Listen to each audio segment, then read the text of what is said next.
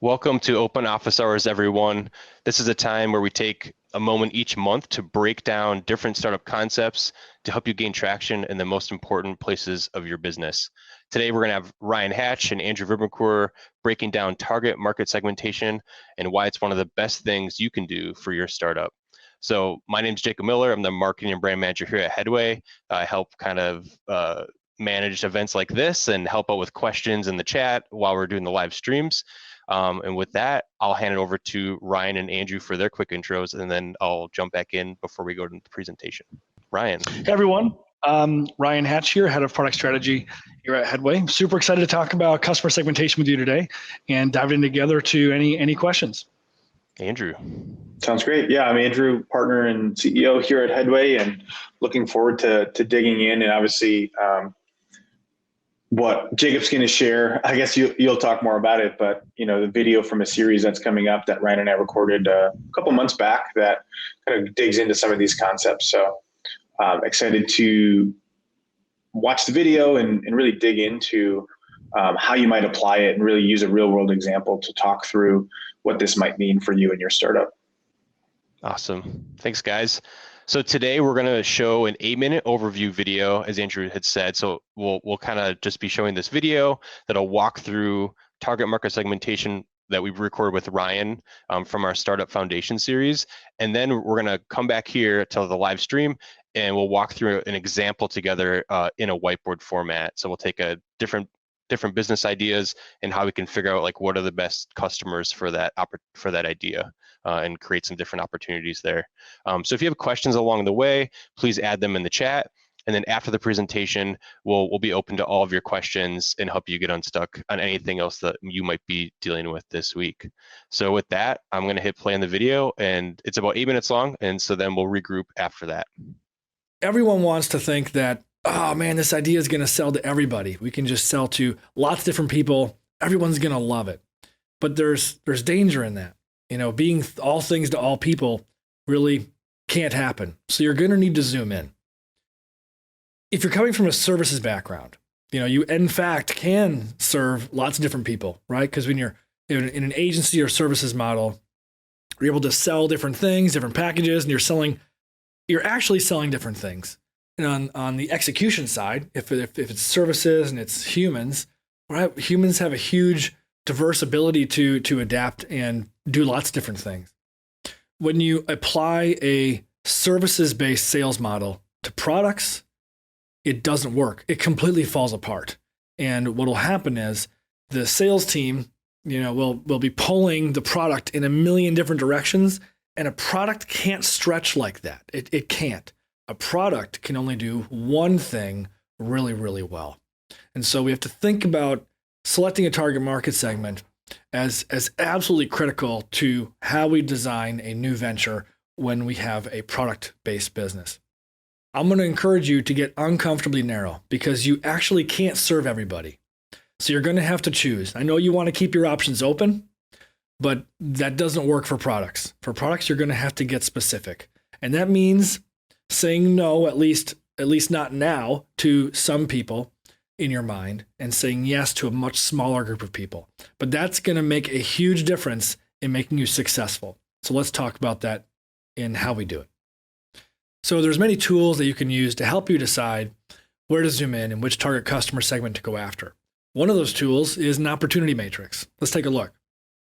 So this is an example where we have opportunity 1, 2, 3, 4, and however many opportunities you're trying to consider chasing. And then we also have this list of criteria on the left side. Strategic position, market size, fastest sales cycle, cost structure, feasibility risk. And we can unpack some of these, but this is a way for you to kind of compare and contrast, because that's what you're trying to do with, hey, where should I go? Where should I zoom? Is it more here or here that we want to go play? Where do we want to play in the market? Strategic position. This might include, do I want to play downstream where I'm playing kind of late in the game? Do I want to play more upstream where I can greater influence the stuff downstream of me? Whether that's in a customer flow, whether that's in a data stream, there's lots of different ways to look at that. Market size, right? How big is your market segment? Are there enough of these people? fastest sales cycle. How fast can they make a decision? Can they make a buying decision?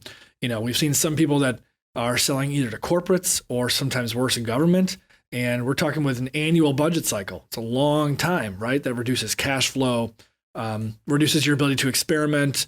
You have to consider sales cycle time, cost structure, different costs in different areas or different opportunities. How does it impact it? And there's lots of different criteria you could use, right? This isn't the end all be all. There's a lot of different other things that we suggest you consider when comparing and contrast, right? These are lenses to help you look at these opportunities differently and decide, hey, where should I go play? Another thing to consider is who is going to adopt this now versus later. This is a pyramid created by Steve Blank for early adopters. Let's walk through it. So the first question is, hey, does this person have the actual problem? Okay. And the next one is, are they aware they have the problem? Those are two different things, right? With a Keurig coffee maker, right? Me putting, the coffee grounds into the filter. I didn't even know that was a problem. I wasn't even aware of it, right? But then you show me something else, and it's like, well, I guess that was a problem. So in that example, I wasn't aware that there was the actual problem. I would not have been a good early adopter for Keurig. So the question is, hey, do they have the problem? Are they aware that they actually have the problem? And have they actually been looking for a solution, right? Are they actually in market kind of like comparing and contrasting different alternatives? That's really important. And then even more than that, have they stitched together some kind of solution for themselves? Have they hacked together something that gets them to their end state? If they're trying to do that, they're more likely to try something new, to pull you in, and you're more likely to be able to sell to them much faster and get really good feedback. So this is kind of the pyramid for an early adopter. And on top of that is obviously, hey, can they acquire budget? Do they have money to pay for something like this? Are they the decision maker, or do they have to have someone else make that decision? So these are a pyramid of factors to consider when thinking about, hey, which customer segment should I go after? Who should I be selling to first? You might be thinking back to, hey, I could sell to everybody. It kind of looks like this. Well, we could sell to everybody. It's a huge, the who, the customer segments, so that's big. But then when you actually start to peel the onion and actually start to walk it back, it kind of looks more like this, right? Well, the who is defined by who's actually struggling with the problem. Again, that know they have the problem, that are actively trying to solve the problem. What are they trying to accomplish? Different people are trying to accomplish different things. They're going to use your solution to get to different places, right? Which of those people are you going to target? Certain people have different levels of experience, right? You're talking beginners, you're talking advanced, right? If we're talking, for instance, baseball coaches. You're talking like pro level, AAA, AA. We're talking college, talking travel teams, talking high school, talking little league. There's a whole bunch of experience levels there. It's not just baseball. Right? Same thing with doctors. It's not just all doctors. Is it primary care? Is it specialty care? Is it surgery? Is it ER? And then another example is, when does that actually occur? When in that flow do you want to play, right? If we're playing off the doctor's example again, is it like pre-visit? Is it post-visit, pre-surgery, post-surgery, recovery? There's a whole different flow. So you have to think about, hey, all these different things. Who am I going after? Where in the flow does it fit? What role do they play? What experience level? So there's a lot of different factors that can play into customer segmentation. What I want to encourage you to do is to contrast. Hey, we could play here, we could play here, we could play there, and use these different lenses to consider, hey, what are the different ways to evaluate, to compare and contrast where we could play? Which customers are in the most pain? Who's trying to solve it? What are the different factors that would help us determine who would buy now versus later? Don't think about, hey, I'm only going to target this one customer, and I guess this is the only space I can ever play. Don't look at it like that. Think about it strategically. Hey, who can I go after first, make a lot of progress with, be super successful with, and then grow from there, right? Who's going to give you, man, if you get these early customers, maybe it's the most difficult customer set that's in the most pain. If you can solve for them, maybe you can solve for everybody, right? You're going to have to think about who to go after first. What success story does that set you up for? and really decide which target customer segment you're going to go after first. If you go after the wrong customer segment, it's going to impact all the other decisions, right? You're going to build a different product depending on which customer segment you go after. You're going to do different marketing. It's going to affect all these downstream decisions. So be conscious of where you zoom in. If anybody has any questions from that overview that Ryan did, be sure to put your questions in the chat. Otherwise, we're going to start to jump into like a little whiteboarding session based on that concept that Ryan talked about and how you can kind of take an example idea and break it down to figure out which customers are the best to go after. So with that, I'll hand it over to Andrew and Ryan, and they can start screen sharing and all that jazz. Yeah, so we're going to be talking about obviously customer segmentation here, but we're going to get started by talking about why that's so important, why it's so critical. And if you get this decision wrong, if you get your target customer segments wrong, it's going to impact your entire business model, right? Really, really is dependent on who you're targeting. And as soon as Andrew gets us shared up here, we'll be able to kind of talk about some examples and kind of riff together on that. And then we'll be able to address any questions kind of coming in from the group and maybe be able to answer some of those and riff on some of your specific questions. Some of the things that we're trying to illustrate here is that your target customer is such a critical decision point, such a critical thing for you to decide where to zoom, who you're going to be zooming into. And we kind of talked in the video about you think it's everybody, but it's really not. You really can't serve everybody equally well. You're going to have to make a decision, and that's a hard thing to kind of come to grips with. But we're going to talk a little bit about some examples in a minute here. But I think one of the things before we do is just talking about the visual.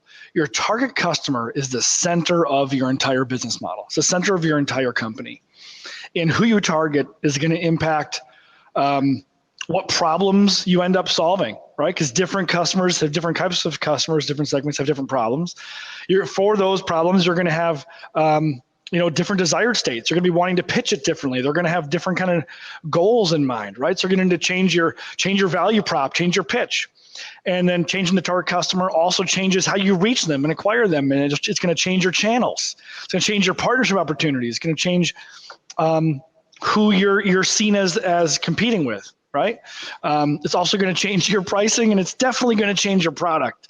You're going to build a totally different product for customer A than you would for customer B. And we're going to go through some examples now that kind of hopefully surface some of those things. We're going to talk about a couple samples before we go to Q&A. And one of those was online math tutoring. Can you see that? Can everyone see that?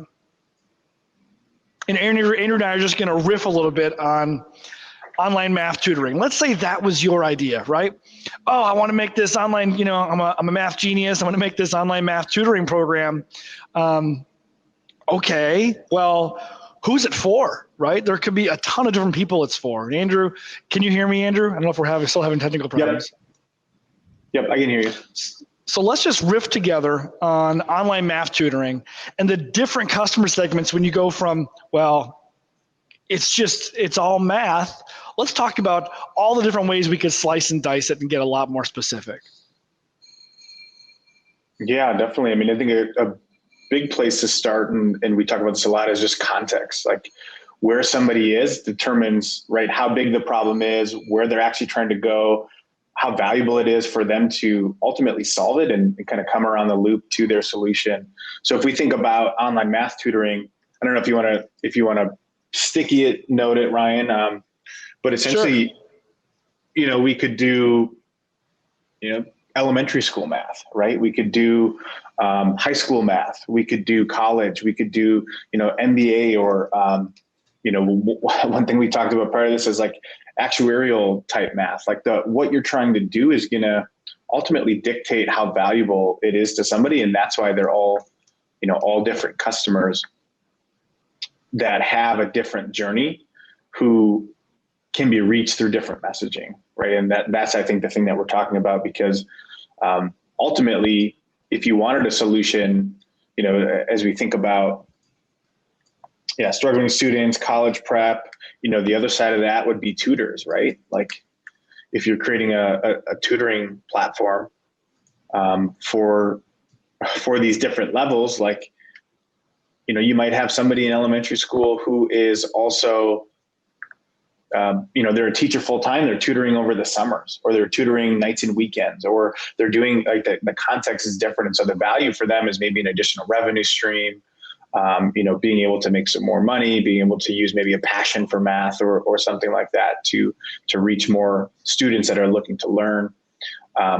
We even talked about early on here, elementary schools and struggling students. In that, you might also find classmates. So you might be competing with other people in your class who are helpful, where you might not go to an online tutor, you might be doing group learning with somebody.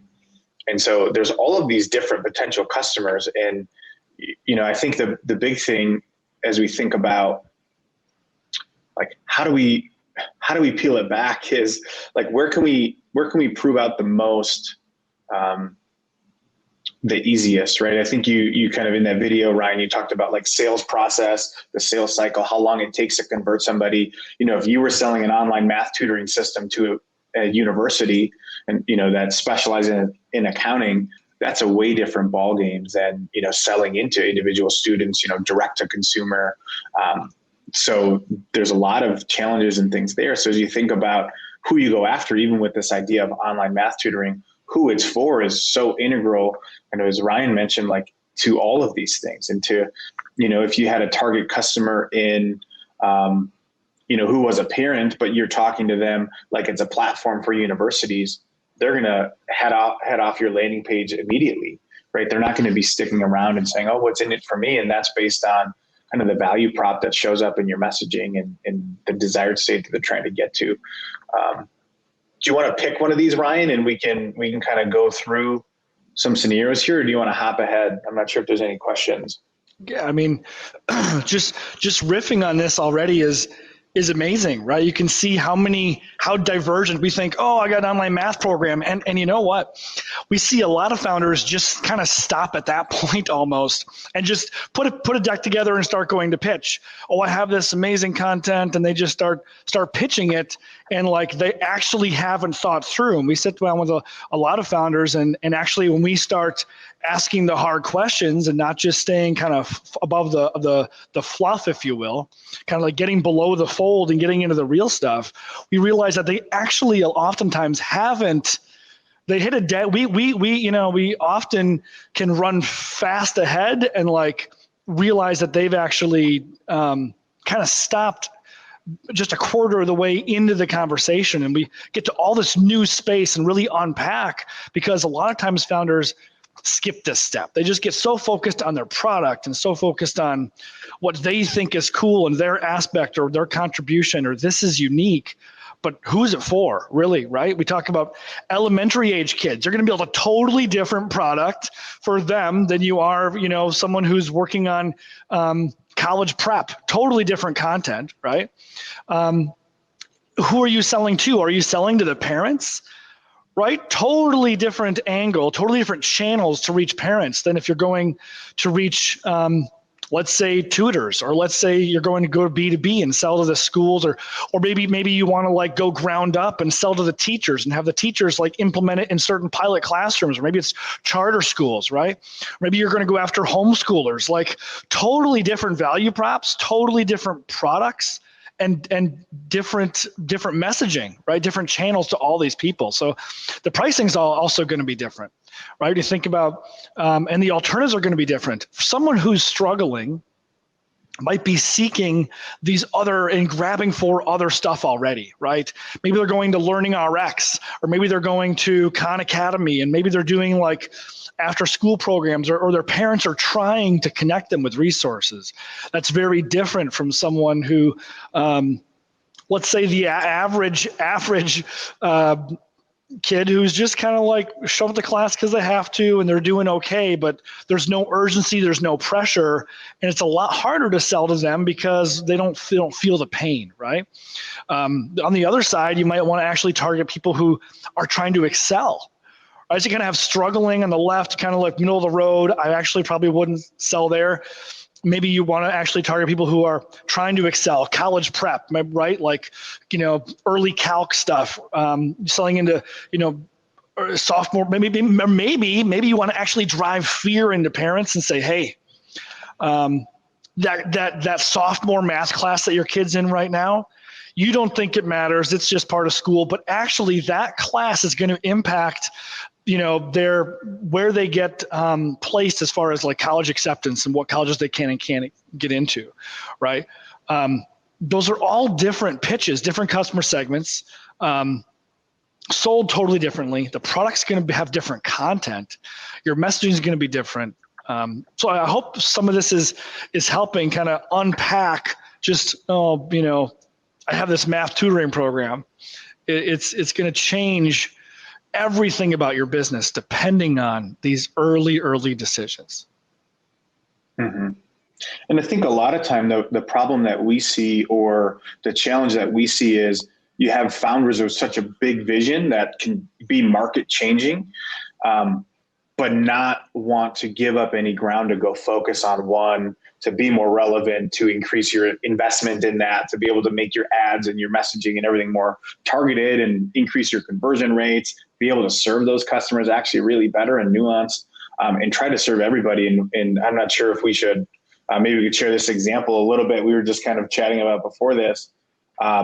Essentially, if we think of kind of a different problem of this, which is, I want to create an app to track eating, sleeping, and development for babies at home, at daycare, and really create an ecosystem where parents and daycares can automate inventory, automate delivery, right? This big thing where you're automating someone's life because they're not getting enough sleep, right? They don't want to run out of diapers or run out of whatever, make these last minute trips to stores, but also track everything that's happening. This is just a scenario that we made up, but we talk with a lot of founders that have this big vision, and that vision and that energy and passion for impact is really cool to see, but we have to figure out where the starting point is. And so in this scenario, talking through the customer, which would be, the parents, and there'd even be a difference between these. If you had a traditional mother and father and one was breastfeeding, you might be offering like breastfeeding support, which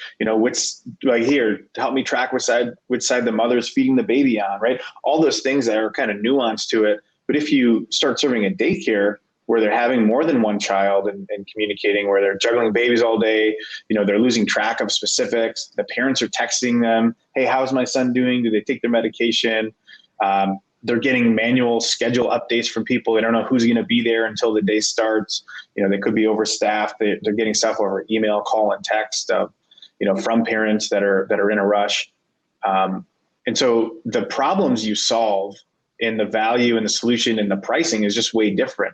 If you're creating an application to manage daycares, the pricing is going to be way different. Like, you could handle payment for them. You would find them in different places. You'd probably be going to trade shows. You're not going to go to trade shows to find parents, right? The other alternatives are, using Notes app or doing nothing, or using a pen and paper. The whole ecosystem and the whole world around your customer changes when your customer changes. And so one thing to think about, and Nico kind of, you had an example here of, you have I don't know, Jacob, if you want to kind of read from the top. I'm trying to look through the comments here. Maybe we can take Nicola's example and kind of run forward with it a little bit. Yeah. So I can just share some of the comments. So he has this idea for a home niche e-commerce store, and he's kind of been walking through. He's thinking females would be the target, like a general target female demographic, and he's kind of going through.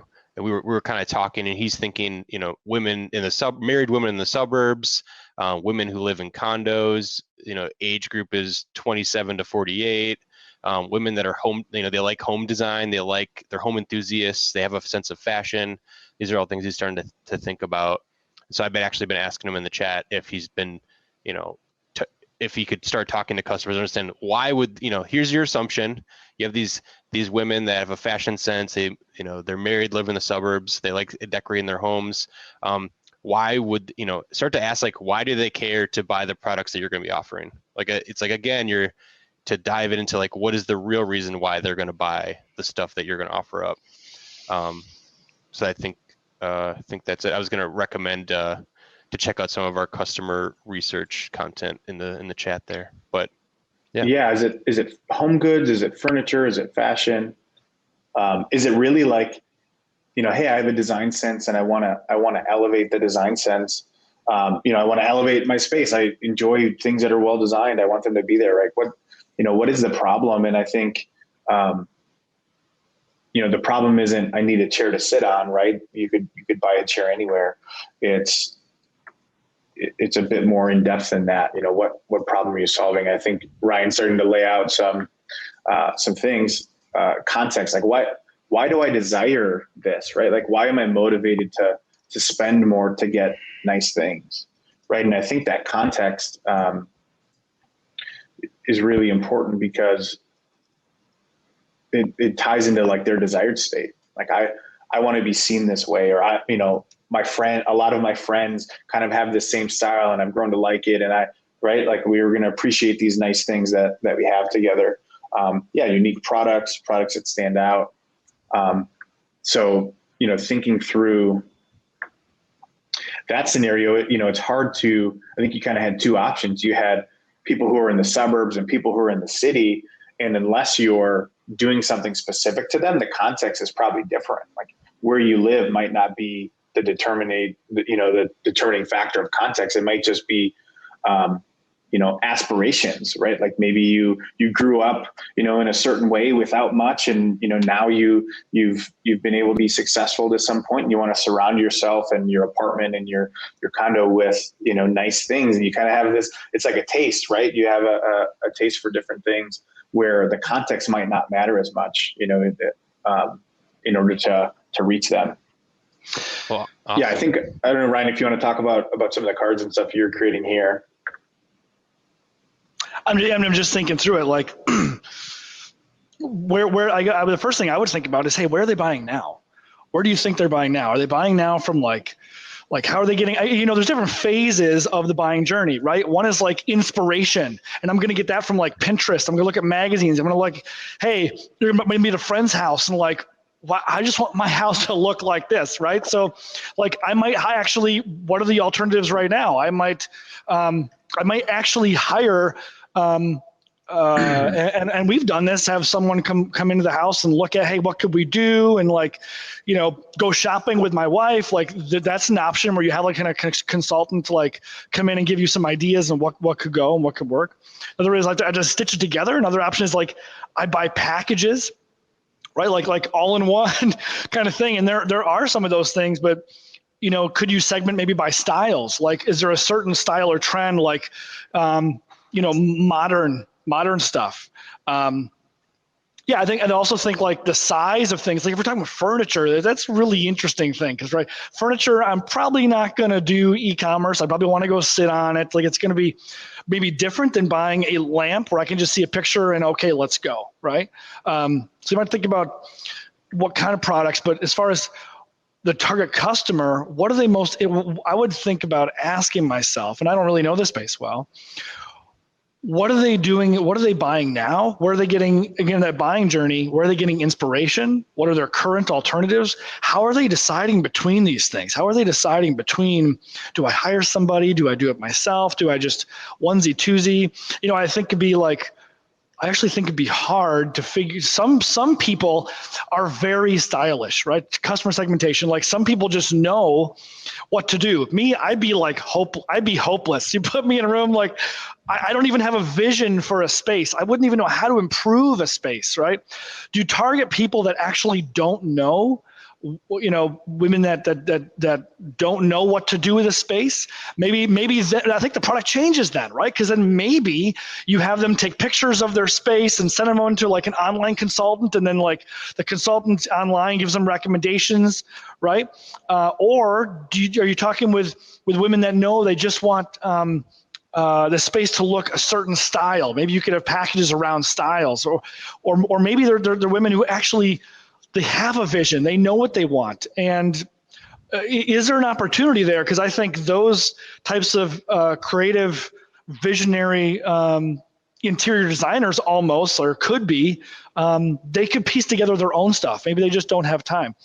But there's a lot to explore here, actually, right? It's not a small space. It is a big space. Yeah, I'm like thinking through, I was like, you could start like a virtual interior design type service, and then the products are sold through like the recommendations. Like again, it's like you're selling the service because people don't know what to do with their home. They want some advice, but maybe there's no one local in their area. Like you know what I mean? Like they could be living in a newer business development, or they don't live close to a city, but they still want to have all that stuff. Or again, they just don't know where to look, and so the virtual service might be more affordable. And then again, recommending the products for the space, and you also sell the products. Yeah, I think that's just really interesting for sure. And it also has opportunity for these designers to to actually do work like from home, right? It's like, hey, they can do these virtual offerings, and maybe get like maybe they get 5% of the sales of the products that get sold too. And it's like, hey, it's helping them win. It's helping everybody wins in this scenario. It's kind of interesting, actually. Maybe it's a two-sided market, right? Maybe you actually have like designers who are showing off like all the different things they've designed and the different styles and rooms they do. And you have consumers, and the consumers can actually like check out different designers and actually get hooked up. And it's interesting. I think I see that in some, I don't know, magazines or whatever. It's like you have a picture of a room, and you can just buy the whole room, right? You can buy individual pieces or the whole thing. You know, the interesting thing about bringing designers maybe designers and being a customer segment themselves, kind of maybe influencers almost. Maybe they even have their own following to bring in. But there's a lot to explore there.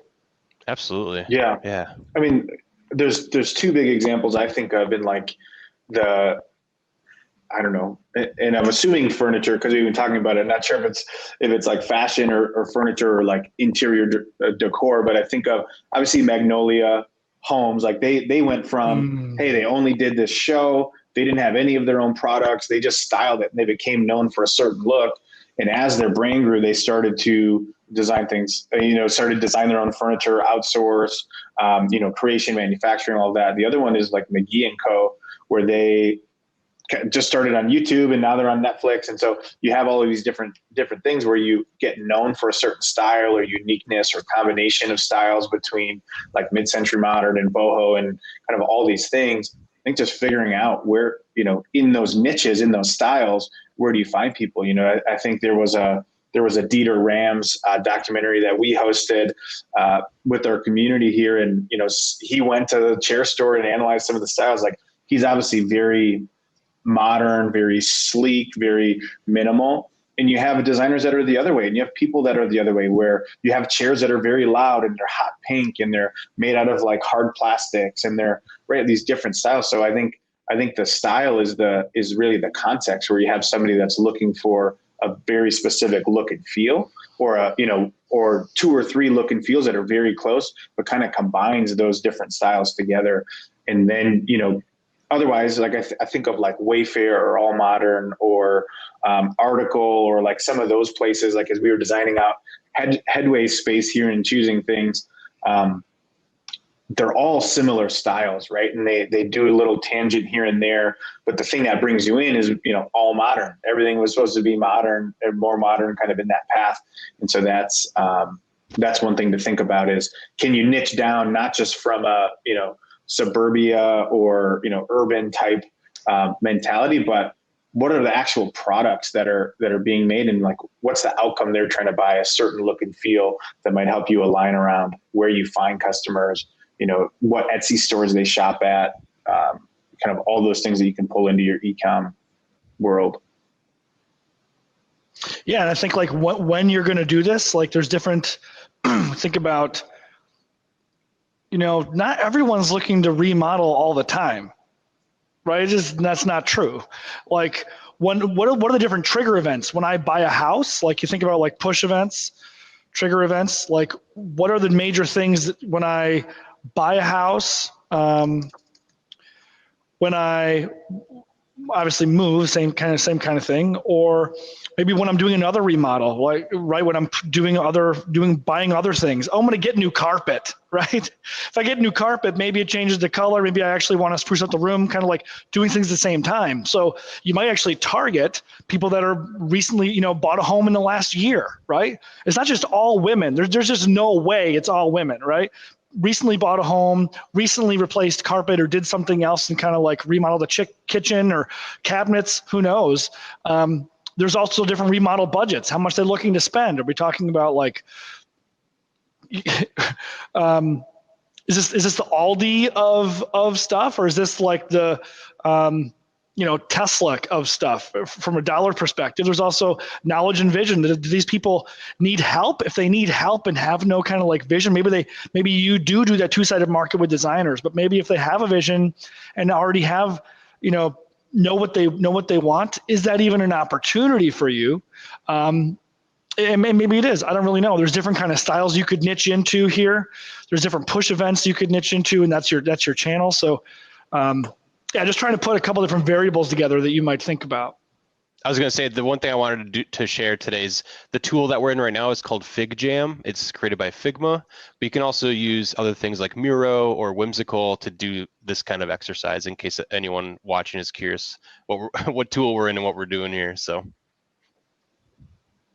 Yeah, thanks, Jacob. I think the other thing is like the value for each one of these different contexts is different, right? Like the value, hey, I want to do it on a budget, or like I don't really, spare no expense. I want the look. I don't really care what goes into it, or have a vision and need an interior designer. Need help. I don't have any vision at all. Like all of these things are different, and the value is different. How you reach those folks will be different. The pricing obviously is part of that. Are you enabling, almost thinking of like Fiverr for interior design? Are you enabling design, someone to take a photo of their home and someone to provide some Pinterest board, and they put together actual products that are available today, and you pick them out, right? The solution ultimately that you get to is going to depend on all these factors, and you can do multiple at once. It's very hard, which is why we usually recommend trying to figure out where is the primary spot, right? Where do we start? Where's the beachhead?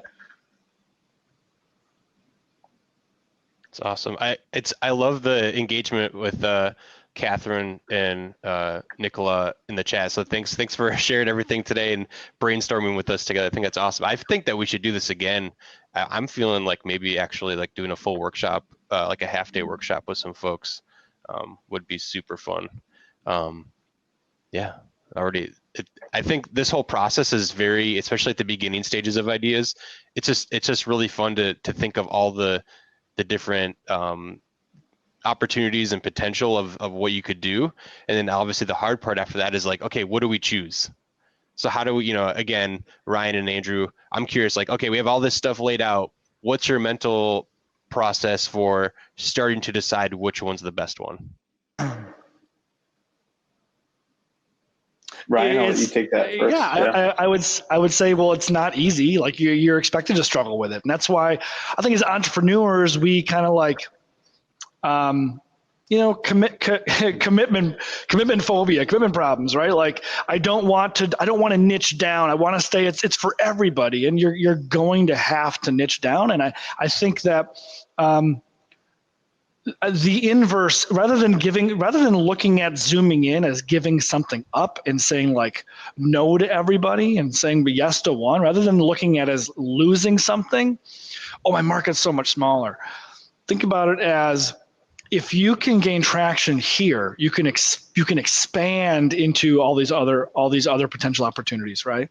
So it's a starting point. I think, Andrew, and we've talked about it before, it's kind of like, you're not saying no to everyone else necessarily right now. You're just saying not now to those people, right?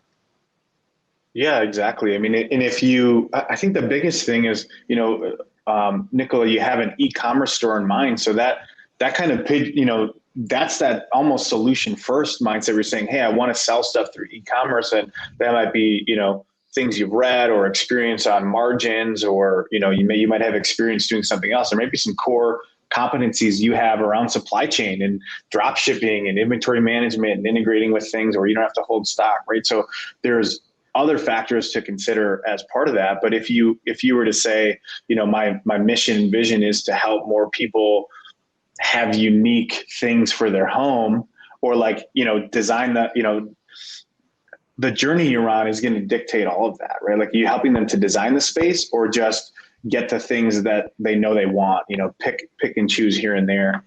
And Ryan, you were saying about like, not right now, like definitely a lot, there's companies who can do multiple segments at once, multiple sided marketplaces, but it's really resource intensive, and each one takes a dedicated team with a team over the top orchestrating between all of them. The reality as a startup is you need to niche down so that you can use all the firepower you have to hopefully break into a market for one of these users and create a solution that aligns with the way they buy, their motivations. You can actually measure behavior. If you try to do that on all these fronts, and get interior designers, create a platform that allows them to take requests and do all these other things, create an e-commerce platform, create fulfillment and distribution. You try to do all those things at once, you're going to run out of resources or steam or energy really quickly, because it's going to be moving each one just a little bit forward. And so being able to focus helps you make sure that you're going to actually be able to enter the market and kind of like that breakout velocity to get out of kind of the gravity of your idea to be in the market and actually build a business around it, be able to get revenue, be able to get real traction where you can start to learn the patterns of how you're serving it and how people are using you or why they're not, and really iterate through that. When you have all these battles going on, it's hard to focus on either one. It's almost like the battle surge, you know what I mean? In countries that are trying to fight battles on every single border to different people, you start to take losses in each one. You can't move everything forward all the way. Yeah, and I think so. Something that's also important to talk about is if you can bootstrap and create some good revenue and showcase that this is like a really great business opportunity, and say, hey, we figured out this niche. We think there's an opportunity over here in this other part of the market with these people. Like, in order to do that, as Andrew's saying, to get the resources, including capital, talent, all that kind of stuff, you can then start to pitch to investors and say, hey, we can do this right now with the team we have, but we want to tackle this new opportunity. Here's the results we've gotten so far. Here's where we think it could go. And like showing that evidence and showing that you're actually making money already is what investors are looking for, because like they want to know if they're actually going to get a return, right? It's like, so if you can gather that evidence in one niche, you might be able to get that traction you need for potential investment. So yeah. Awesome. So there actually is a question from Catherine. So how do you make the start small when you have your market and you think you're ready to test it? So how do you test it before you go big? Yeah, I think the biggest thing is just realizing, we've been talking about this, like MVP versus MVP, like what's the least amount of effort or tech or things you need to do to serve one customer, to convince them that you can help them, to actually be able to close that and can transact a dollar or whatever the amount is, and then be able to actually deliver on that. And so when you start small, rather than thinking of MVP world, hey, features, fidelity, polish, product, like all of these things. Yeah. Which platform do I go to? How many developers do I need? Right. It's more of, hey, can I prove out that as a business, I can convince a customer that I can help them. They agree that that's true and they pay me for it, and I deliver that to them. So in the case of Nicola, where he's trying to deliver unique handmade things, maybe it's it could be a simple landing page that says, like, if you're looking for something unique and you have a photo of it, add a link to the photo in your name and you pay us $50, we'll find you an item that's as close to that and available, right? It could be this service that essentially helps find unique items, or you upload, something else. Essentially, like, how do you do it from a service perspective where you can then go orchestrate it? And as you find those, you prove out, like, do people want unique things? Do they want, to really design their whole room? How do you peel it back so that you can deliver someone the value that they need, the outcome that they want, right? I want a unique piece of furniture, or I want something sourced from this place I don't have access to, and then figure out how to start repeating that and scaling that, and talking to them saying, well, what else did you try? Like, where else are you looking for unique things, right? And in those contexts will help you figure out, like, where your place is in the market. Mm-hmm. Definitely a bite at a time. Yeah, Ryan, go ahead. Yeah, so if we wanted to target women who didn't have a vision for their room, but like, hey, show me what Well, It's okay. Oh. Catherine apparently is still being helpful when he gets muted randomly. Awesome. Yeah, Ryan, I'm not sure what's going on. Like you'll start talking, then when you get to like a good part, all of a sudden it's like nothing. So that's okay. and the secret to life is Yeah. Yep. Well, awesome. Well, I think we can start to wrap up today. Apologies for the technical difficulties. It seems like it, I don't know if it's StreamYard, the tool we use, or if it's YouTube today, but definitely having a couple technical difficulties today. So, but Catherine, I'm glad that we're able to give you some type of a light bulb moment. I think that's great. Nicola, I'm glad we were able to give you some insights into what you're trying to uncover with who to go after and what to sell and how to sell it and why people would even buy from you. Where are they currently buying from? Who do they look for inspiration for these products? All those different things. So hopefully it was helpful. And again, in the chat there, I added some links to Miro.com, FigJam, Whimsical. I also linked up the Startup Foundation series, which this conversation is part of that series. So if you actually head to headway.io/ oh, that's Founders Mindset. That's another series we have. But Startup Foundations on our website, you can go to our resources page. It'll be there as well as or Founders Mindset. But anyway, it's a free video series that walks through this topic as well as customer research, financial models. Like, how do you figure out the unit economics of your business? Is it gonna make enough money? What are the margins like? How much does it cost to get a customer? Those things you can start to kind of think about before you even start investing. There's this idea of like this part of the process here is about testing these assumptions out, doing a little bit of research to understand if you're going in the right direction or spend less time going in the wrong direction, right? Like you want to make sure that you don't plan too far ahead. You're ideating along the way, you're iterating, and you're improving as you're learning new things about who your customers are and what they actually care about and if they're actually going to pay for what you offer. So yeah, so anything else that Andrew or Ryan that you want to share in regards to today or any other thoughts? I don't think so. I think the one thing I would say is get uncomfortable, like get uncomfortably narrow at first. And, if you will gain more traction that way.